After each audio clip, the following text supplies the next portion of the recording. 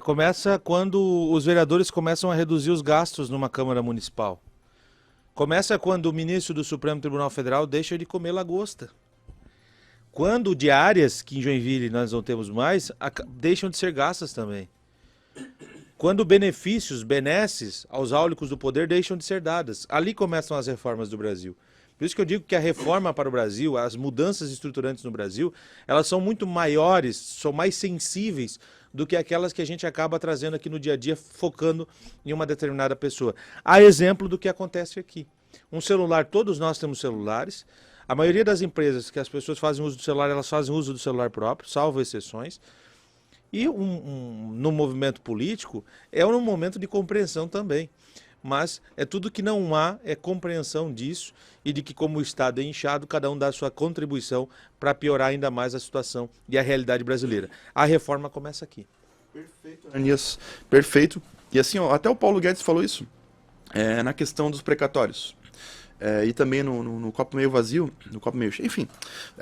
O que a gente está passando? O governo teve que dar uma pedalada nos precatórios para conseguir dar a assistência necessária para o povo. Isso se comemora. Um aumento de assistencialismo é comemorado no Brasil, quando deveria ser comemorada uma redução da necessidade do assistencialismo. E outro ponto é o seguinte, precisou-se de uma pedalada nos precatórios, porque a gente não teve isso que o Ananias falou, que é uma redução dos gastos públicos, um aumento da responsabilidade financeira sobre o dinheiro público dos políticos. O exemplo claro disso o Bolsonaro veio e fez mudanças quando ele chegou.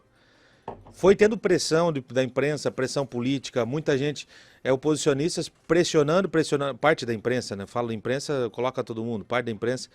E daqui a pouco ele tem que mudar. Olha o tanto de coisa que o governo federal está tendo que aceitar para poder subsistir. Isso é horrível. É horrível. Esse é um fato. Mas está acontecendo para poder conseguir acordo, para conseguir aprovar alguma coisa, para conseguir passar qualquer coisa, para dar uma segurança um pouco maior para o governo. Veja como é difícil. E por quê? Porque a reforma começa muito mais perto da gente. Começa votando num deputado decente. Você já parou para pensar quais são os deputados catarinenses? Todos são excelentes? Temos 3 em Joinville. Os 3. Se citar o nome dos 3, o joinvilense concorda com as ações dos 3? Ou pelo menos de 2? Olha onde começa a reforma. E o André falou de copo cheio, deixa eu trazer aqui um pouquinho de reflexão. Ele falou em copo meio cheio ou copo meio vazio. É o ponto de vista. O que Paulo quis trazer é que o copo estava meio cheio. O André trouxe a interpretação de que o copo estava meio vazio.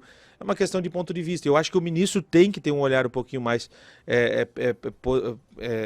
otimista para o mercado, trazer essa impressão, né? Eu acho que ele precisa disso, porque se o ministro da Economia não trazer segurança para o mercado, estimular um olhar do mercado, eu acho que aí descambou de vez. Acho que esse otimismo ele é necessário, eu acho que é importante para que pelo menos o mercado externo olhe para o Brasil, mesmo que seja um momento de dificuldade e de tensão. Excelente comentário do Ananias. Essa é a função dos políticos. Tem briga, tem discussão, mas também tem assertividade por aqui. Os nossos políticos, eles têm que, além de fazer uma gestão pública, eles têm que vender o Brasil, eles têm que atrair recursos públicos para o Brasil. Então, o país, o governo, passar essa credibilidade, passar essa segurança para o investidor e mostrar esse copo meio cheio, ali eu joguei um pouco do lado negativo, mas esse posicionamento ele é muito importante, como o Ananias falou. Então, isso sim é uma ação positiva do Paulo Guedes.